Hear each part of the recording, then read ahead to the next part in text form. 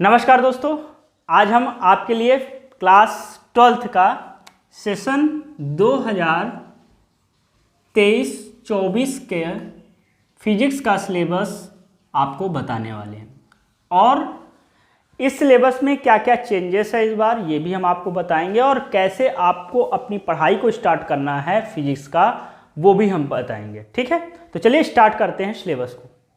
तो जैसा कि आप देख रहे हैं कि हमारे बोर्ड में 6 यूनिट लिखा है, इसके बाद भी यूनिट्स हैं, उनकी चर्चा हम इसके बाद करेंगे। तो पहला यूनिट जो है वो इलेक्ट्रोस्टैटिक्स है आपका, जिसमें हम लोगों के 2 चैप्टरों को पढ़ने हैं, चैप्टर 1 और चैप्टर 2।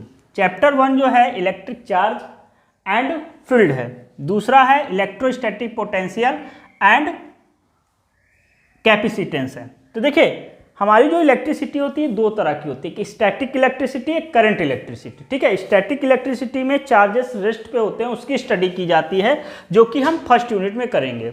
सेकंड यूनिट में हम लोग करंट इलेक्ट्रिसिटी को पढ़ेंगे, यूनिट नंबर सेकंड, जो चैप्टर नंबर हमारा क्या है, 3rd है, डायनेमिक इलेक्ट्रिसिटी इसमें पढ़ेंगे हम लोग।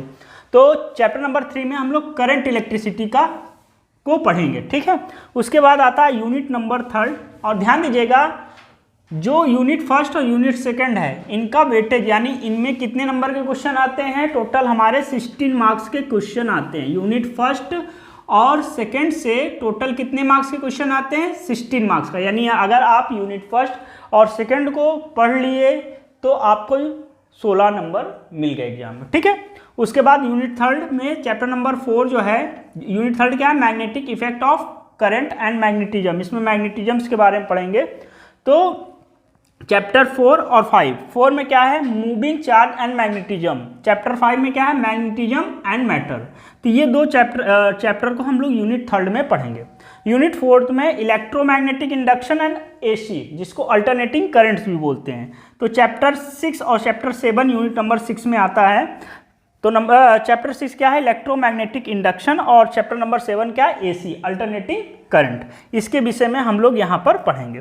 फिर आते हैं यूनिट नंबर 5, और ध्यान दीजिएगा यूनिट नंबर जो 3rd और 4th है, यूनिट 3rd एंड 4th से आपको 17 मार्क्स का क्वेश्चन देखने को आपके एग्जाम में मिलेगा। कितने मार्क्स का क्वेश्चन देखने को मिलेगा, 17 मार्क्स का। यूनिट नंबर 5 क्या है, इलेक्ट्रोमैग्नेटिक वेव, जिसमें हम इलेक्ट्रोमैग्नेटिक वेव्स के बारे में पढ़ेंगे। और यूनिट 6 ऑप्टिक्स है, यानी लाइट के बारे में यहाँ पढ़ेंगे। तो देखिए यहाँ पर 2 चैप्टर हम लोग को पढ़ना है, चैप्टर नंबर 9 और चैप्टर नंबर 10। चैप्टर नंबर 9 हमारा ray optics and optical instrument है, और चैप्टर नंबर 10 जो है वो वेव ऑप्टिक्स है, यानी यहाँ पर हम लोग वेव ऑप्टिक्स को पढ़ेंगे। और ध्यान दीजिए कि यूनिट 5 और यूनिट 6 इन दोनों से 18 मार्क्स का क्वेश्चन आता है। कितने मार्क्स का क्वेश्चन आता है, 18 मार्क्स का क्वेश्चन आता है आपके बोर्ड एग्जाम में। तो इसका आप स्क्रीनशॉट ले लीजिए, एक जगह लिख लीजिए, और अभी हम ये भी बताएंगे कि कैसे आपको अपने नोट्स को बनाने हैं और हम क्या इसमें आपकी सहायता करेंगे। और इसके बाद की यूनिट हम इसके बाद कर रहे हैं बात, आप तब तक स्क्रीनशॉट ले लीजिए। तो दोस्तों इसके आगे की यूनिट क्या है, यूनिट नंबर 7।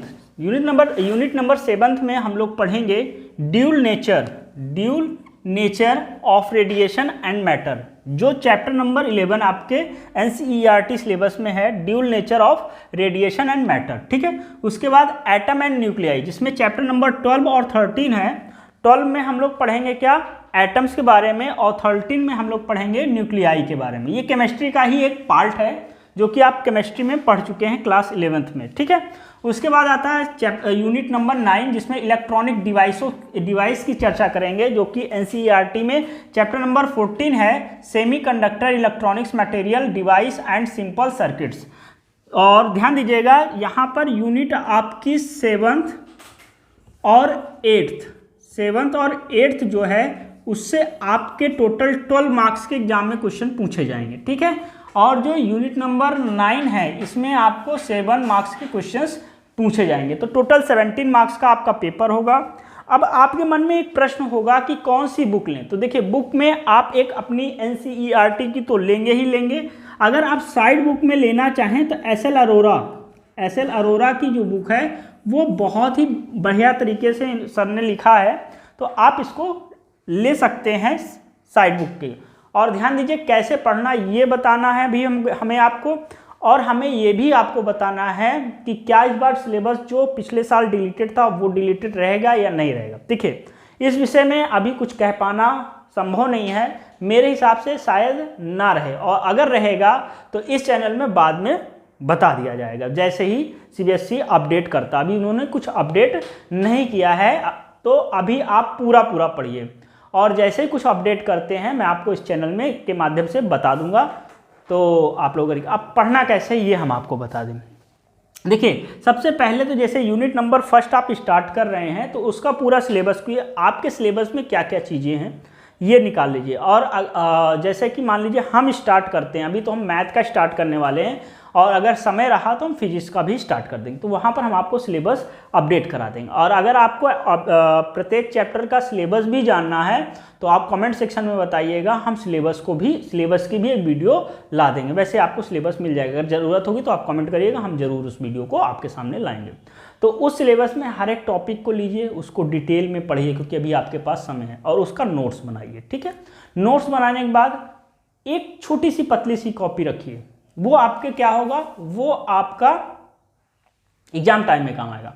वहाँ पर जैसे पहला चैप्टर है तो पहले चैप्टर में क्या क्या इंपॉर्टेंट बात है, क्या क्या इंपॉर्टेंट फॉर्मूले हैं, उसको नोट करिए। ठीक है, और उसके बाद एक कॉपी रखिए जहाँ पर आप NCERT के न्यूमेरिकल्स जरूर लगा लीजिए, क्योंकि एग्जाम टाइम में NCERT के न्यूमेरिकल्स लगाएंगे तो एग्जाम में बहुत फ़ायदा मिलेगा। और साथ ही साथ SL अरोरा के एग्जाम्पल्स और एक्सरसाइज को आप लगाते चलिए जितना आपसे हो सके। ठीक है, और इम्पॉर्टेंट पॉइंट को लिखते चलिए। तो इस तरह से आप 2 कॉपियों बनाइए और पढ़ते चलिए। बाकी आगे और भी जो दिक्कतें हों उनको कमेंट सेक्शन में बताइएगा। आने वाली वीडियो में उन क्वेश्चनों के आंसर भी हम देते रहेंगे। तो दोस्तों चलते हैं, मिलेंगे अगली वीडियो में, तब तक के लिए धन्यवाद। जय हिंद, जय भारत।